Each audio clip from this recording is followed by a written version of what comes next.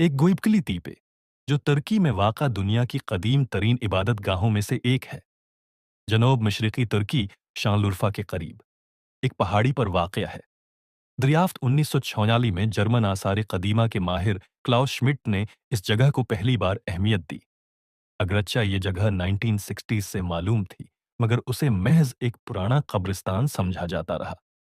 گوبیکلی ٹیپے تقریباً 11,000 سے 12,000 سال پرانا ہے، یعنی یہ 9,500 قبل مسیح میں موجود تھا۔ یہ سٹون ہینگے، اہرام مصر اور موہنجو داڑو سے بھی ہزاروں سال پرانا ہے۔ یہاں کئی بڑے ٹی شیپڈ پتھر نصب ہیں جو کہ 5-6 میٹر اونچے اور کئی ٹن وزنی ہیں۔ ان پتھروں پر جانوروں، پرندوں اور دیومالائی مخلوقات کی تصویریں کھدی ہوئی ہیں، جیسے سانپ، بچھو، شیر، گدھ اور لومڑی۔ یہ پتھر حلقوں سرکولر انکلوژرز میں ترتیب دیے گئے ہیں۔ ہر دائرے کے درمیان 2 مرکزی ستون ہوتے ہیں۔ اس دور میں انسان ابھی شکار خور اور خانہ بدوش تھے، لیکن یہاں باقاعدہ مذہبی یا روحانی جگہ موجود تھی۔ مطلب یہ کہ مذہب ہر دائرے کے درمیان 2 مرکزی ستون ہوتے ہیں۔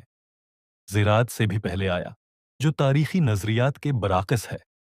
تو وزنی پتھروں کی منتقلی ان قدیم انسانوں نے بغیر کسی دھات یا پہیے کے ان دیوقامت پتھروں کو تراشا اور کئی کلومیٹر دور سے لا کر نصب کیا۔ سب سے عجیب بات یہ ہے کہ اس مقام کو جان بوجھ کر دفن کیا گیا تھا، جیسے کہ کسی نے اسے چھپانا چاہا ہو۔ اور کوئی رہائشی نشان نہیں، قریب میں کوئی مستقل انسانی آبادی یا رہائشی تعمیرات نہیں ملتے۔ مطلب لوگ خاص طور پر یہاں عبادت کے لیے آتے تھے۔ یہ دریافت تاریخی انسانیت کو نئے سرے سے لکھنے پر مجبور کرتی ہے۔